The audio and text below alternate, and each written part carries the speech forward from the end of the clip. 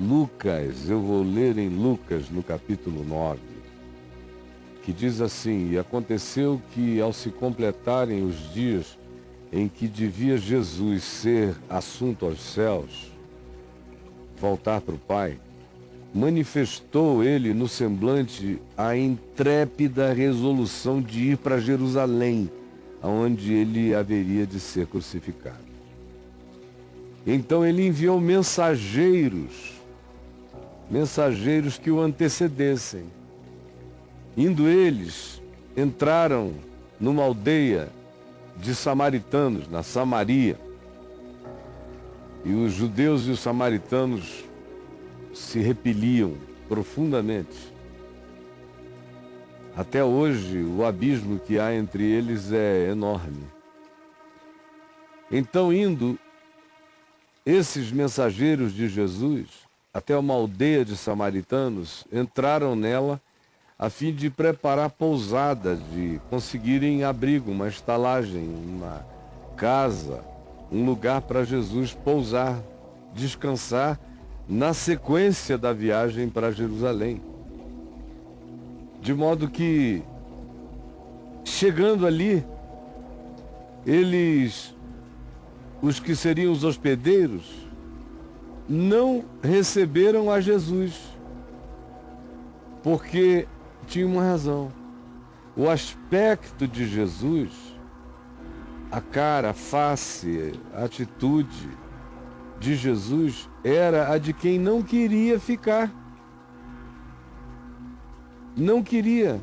Eles tinham preparado uma pousada, 2 mensageiros tinham ido preparar um lugar, arranjaram tudo, acordaram, mas quando Jesus chegou, os hospedeiros disseram não, deixa ele ir, porque viram no rosto dele que ele não queria ficar, que o desejo dele era prosseguir a jornada para Jerusalém. Então disseram não, passa, pode ir, não fica aqui não, não se obrigue a ficar aqui. Vendo isto, os discípulos Tiago e João,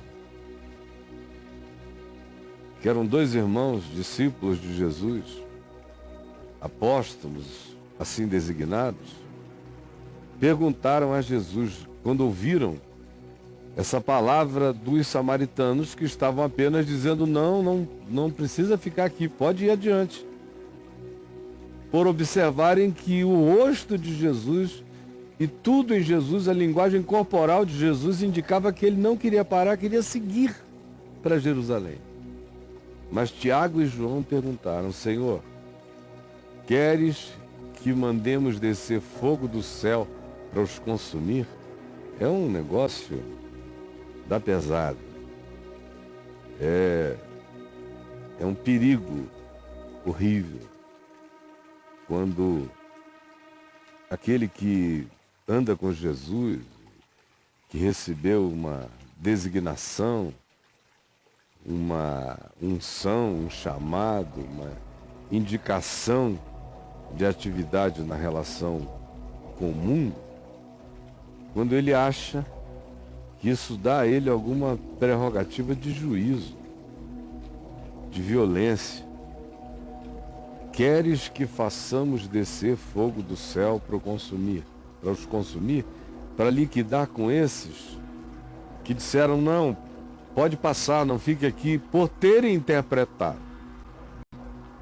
interpretado Jesus infinitamente melhor do que os seus discípulos, e viram que ele não estava afim, que ele queria ir embora para Jerusalém, e só disseram não fique, não precisa, pode ir.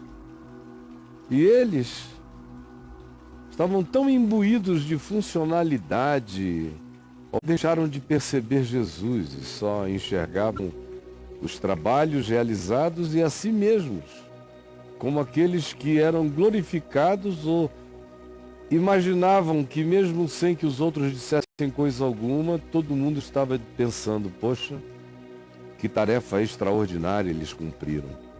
Aí, de repente, todo esse culto a si mesmo, a autorrealização e a toda essa autovalidação se esboroa quando os samaritanos dizem não fica não, Se não for espontâneo, se não for sua necessidade ficar, por favor, passe. Vá para Jerusalém. Porque interpretaram bem o que Jesus estava sentindo. Mas os funcionários dos trabalhos para Jesus se sentiram ofendidos, porque depois de um tempo, de fato, para esses, já não interessa nada que tenha a ver com Jesus, só interessa a reputação deles, o trabalho deles, a honra deles, a glória deles, o esforço deles. E eles usam, no entanto, a Jesus como tema da sua autoexaltação, como pretexto da sua supremacia de serviços, e usam a Jesus na manifestação da sua ira, da sua frustração, da sua raiva também. Porque querem, em nome de Jesus, fazer descer fogo do céu para consumir os samaritanos, que já eram mal queridos desde há muito, e que habitavam a cultura de malquerência das almas daqueles discípulos que eram judeus, Tiago e João. Queres que façamos descer fogo dos céus para os consumir?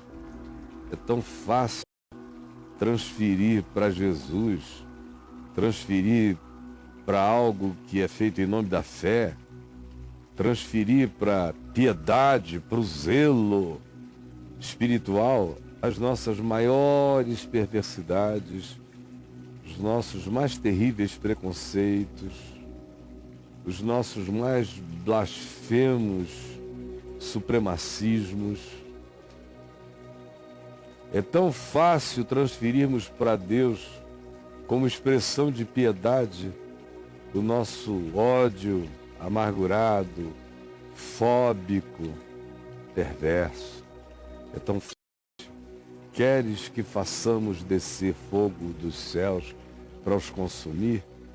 É tão simples botar nossas loucuras, taras, frustrações, tesões, tudo em nome de Jesus, como se assim fizesse, o uso do nome de Jesus tornasse a nossa maldade em algo intrépido, nossa raiva em ousadia,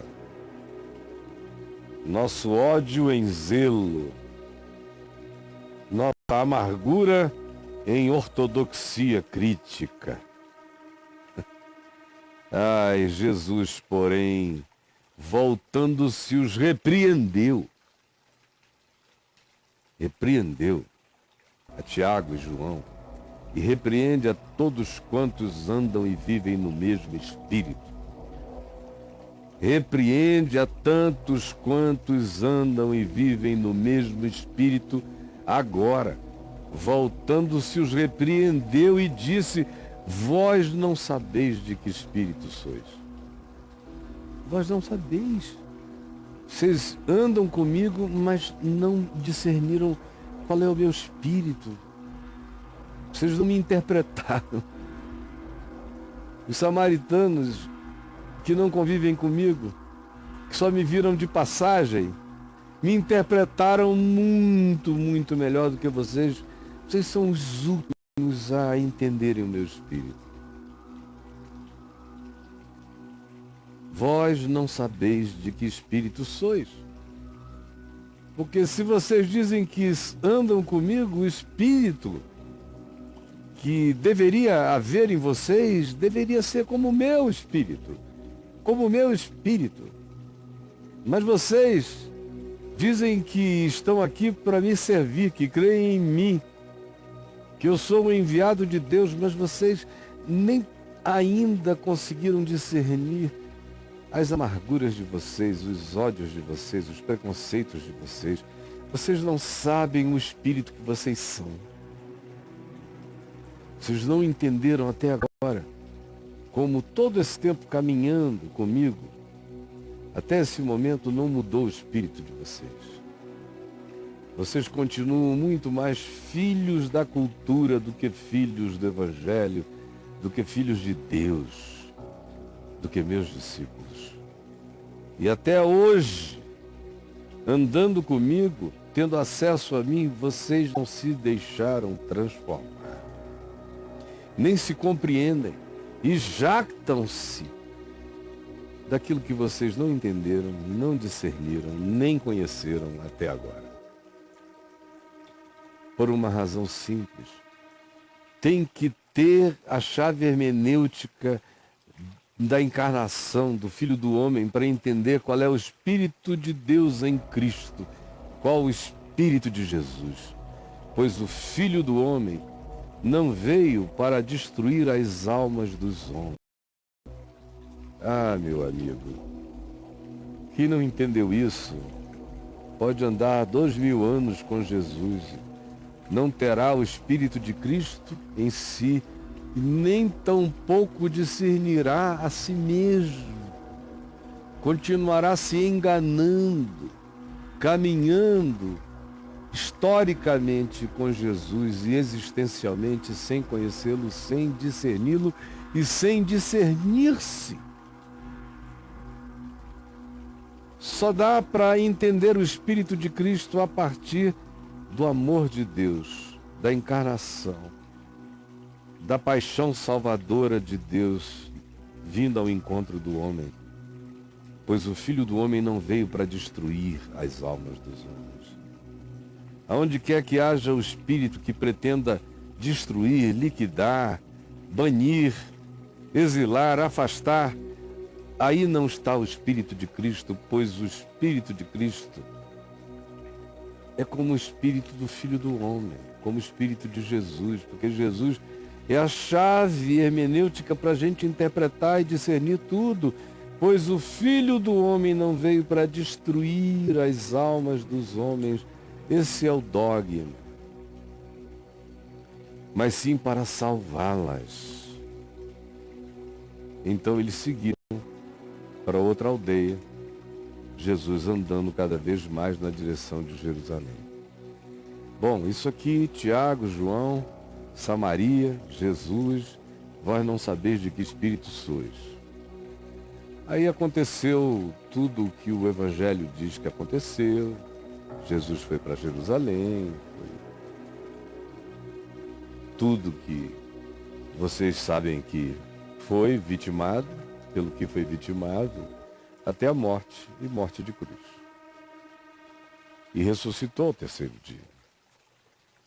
E apareceu aos seus discípulos durante 40 dias e 40 noites, dando a eles mandamentos pelo Espírito Santo, inculcando na mente deles a memória, a lembrança, o significado do Evangelho.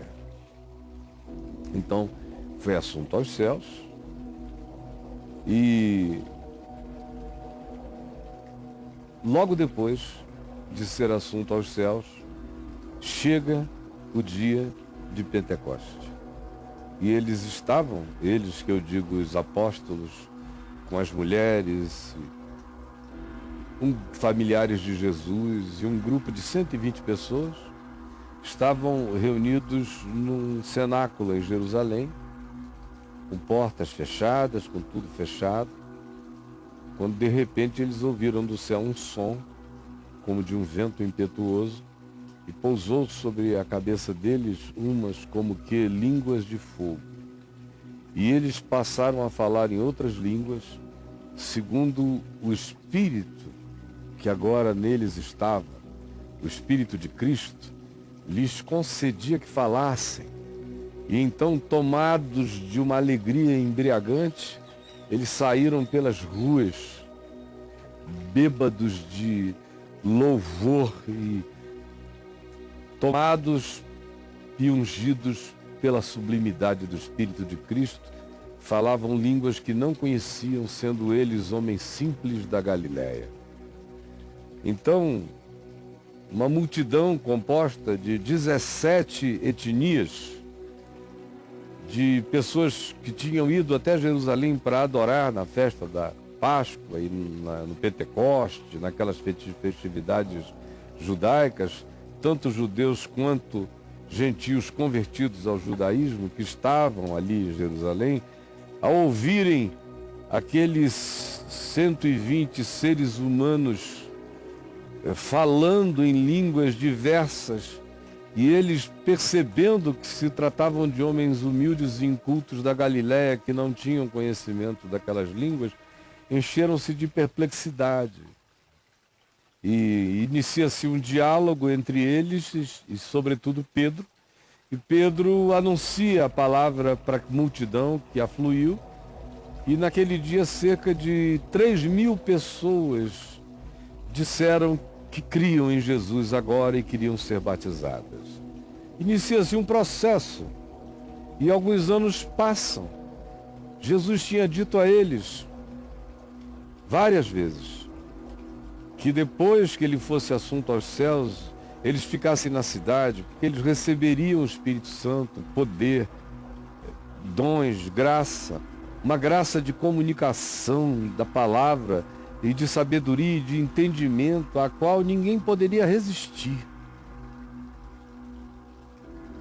Eles experimentaram tudo que Jesus disse que iria acontecer, pois aconteceu. No entanto, eles não saíram de lá. E Jesus tinha dito: então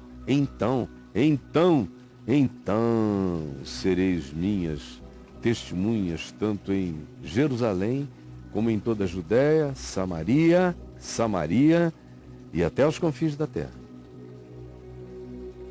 Não saíram por anos, formaram uma comunidade fechada e foram gostando de ver que alguns sacerdotes do templo de Jerusalém começaram a se converter, como diz Atos 6:6, obedecer à fé.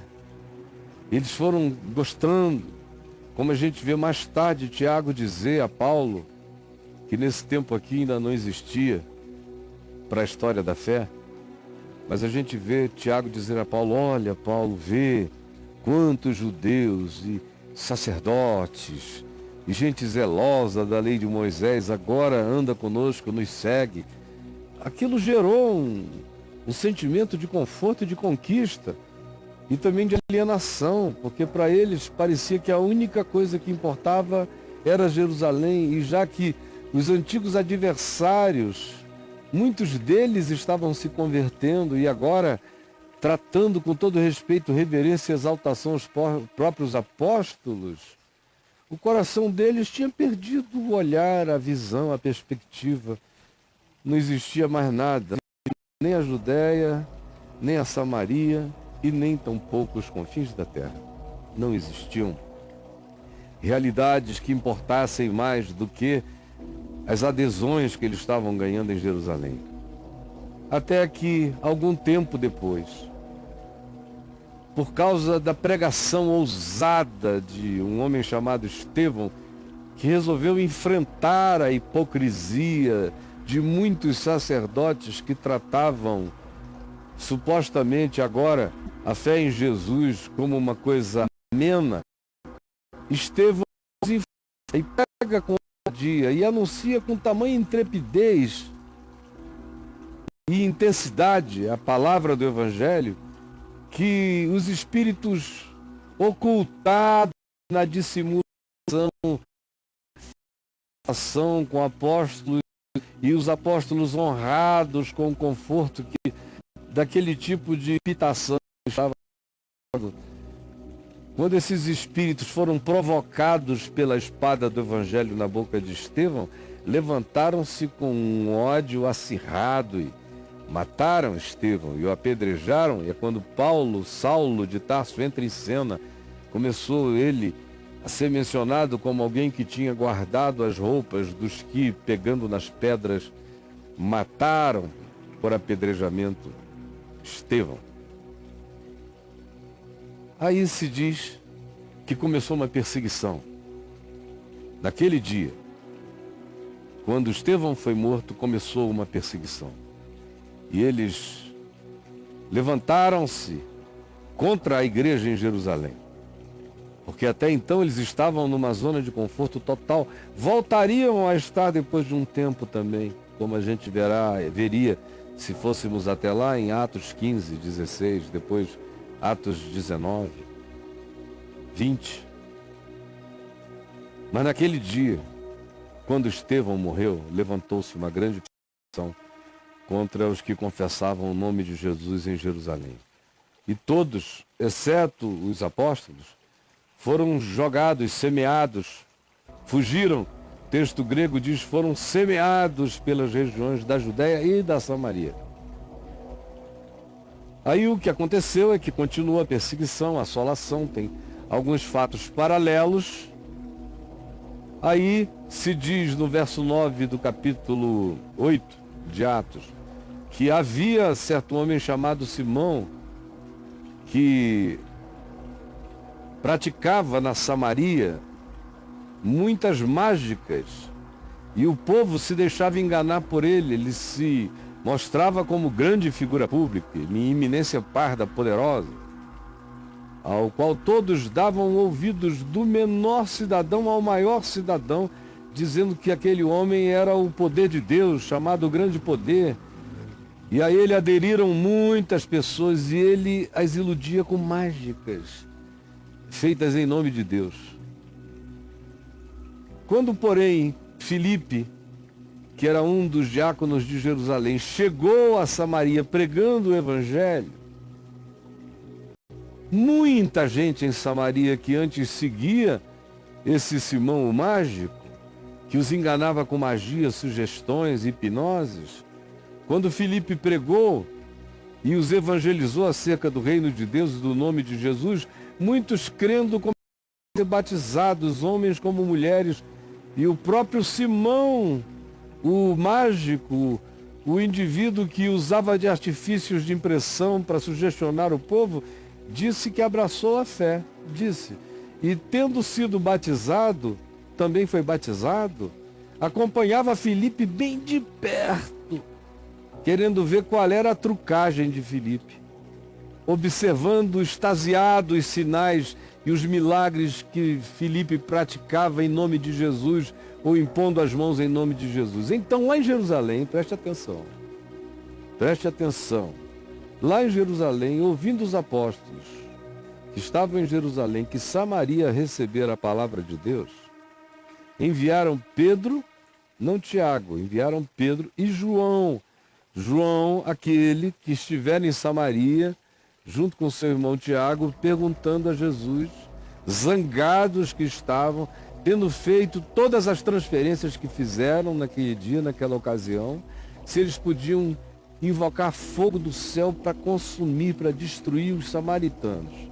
João, aquele João, agora, anos depois, é enviado a Samaria, porque os samaritanos tinham crido na pregação do evangelho feita por Filipe.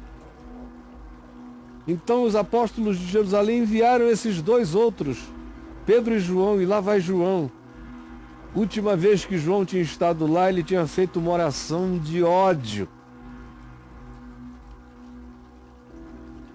Agora se diz, os quais, Pedro e João, descendo para lá, porque é uma descida de Jerusalém para Samaria, oravam por eles, não mais dizendo, Senhor, tu queres que desçamos fogo do céu para os consumir, para então ouvirem Jesus dizer, repreendendo-os, vós não sabeis de que espírito sois, pois o Filho do Homem não veio para destruir as almas humanas, mas sim para salvá-las. E agora, João está lá, orando, desceu, orando, não para que viesse fogo dos céus sobre a cabeça deles, mas para que recebessem o Espírito de Cristo, que antes da última vez João não conhecia para si mesmo, porque ele estava cheio da sua própria carne, do espírito, da sua arrogância, do seu preconceito, da sua cultura ungida em nome de Jesus de maneira totalmente equivocada e blasfema. Mas agora ele sabia de que espírito era. Agora ele discernia qual era o Espírito de Cristo. Agora ele sabia que de Deus não se pede fogo do céu para consumir, para destruir ninguém. Ele aprendera. Portanto, orava para que recebessem o Espírito Santo. E muita gente aqui conosco, vivendo em nome de Jesus, em nome do Evangelho, no mundo inteiro, cada vez mais. Cristãos que dizem que querem que os mandamentos de Deus se cumpram na terra e que a vontade de Deus seja feita, por isso desejariam que todos os samaritanos do planeta fossem eliminados, que todos os diferentes, que todos os esquisitos, que todos os detestáveis, que todos os que sejam objeto do nosso preconceito, que todos os que não caem dentro das padronizações que nós estabelecemos, que todos esses que não entram na nossa forma, nem se alinham nas nossas ordens unidas e que não acolhem os nossos protocolos, nós desejaríamos que todos esses fossem tirados no mínimo da nossa frente. Melhor seria se fogo caísse do céu para os consumir. Isso hoje faz parte de política de Estado em muitos lugares do mundo, praticada em nome de Deus, em nome de Jesus, em nome de Alá, em nome de alguma divindade. E Jesus diz: vocês não sabem de que espírito são.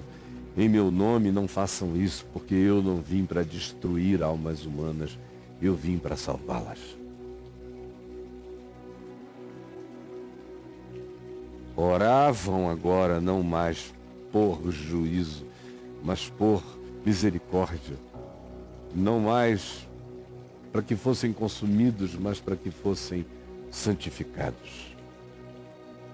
Porquanto não havia ainda descido sobre nenhum deles o Espírito Santo, mas somente haviam sido batizados em nome do Senhor Jesus, porque tinham sido ainda apenas convencidos, impressionáveis que eram, porque tinham vivido sob impressões, sob emoções, sobre credulidade emotiva.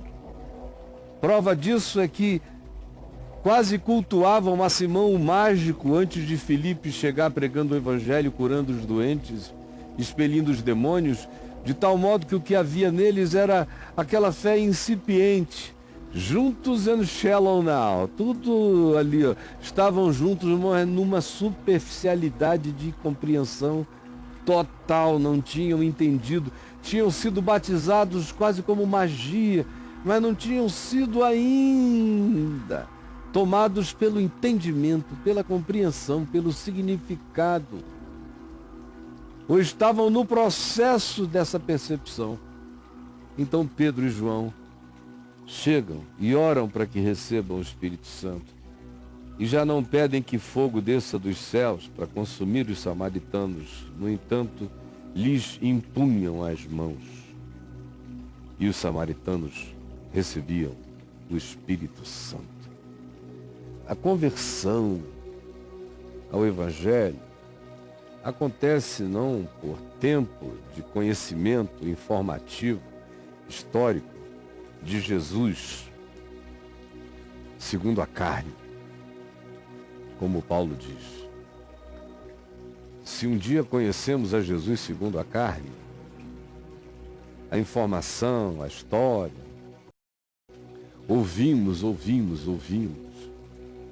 no entanto, não absorvemos, não tivemos o nosso espírito alterado, transformado, virado, convertido, arrependido, com a mente, portanto, mudada, valores invertidos, e a mente de Cristo, com todos os significados do Evangelho em nós instalado, e a gente então pare de ser de Deus com raiva e passe a ser de Deus por amor, pare de ser de Deus por medo e passe a ser de Deus por alegria, e a gente pare de pensar que há um lugar para nós em Deus exercermos juízos contra o próximo e passarmos agora a entender que Toda a graça de Deus em nós precisa se transformar em misericórdia neste mundo, em graça, em dádiva de vida.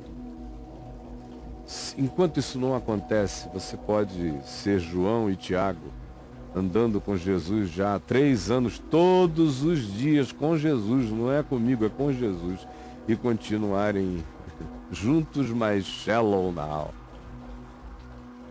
sem perceber nem quem eles eram, sem discernir seus próprios espíritos, sem compreenderem suas naturezas, andando com Jesus sem discernirem qual era o Espírito de Cristo, como era a mente de Cristo, como era ser de Jesus. Não tinha entendido. Assim como a grande maioria não compreendeu nada ainda. Nada.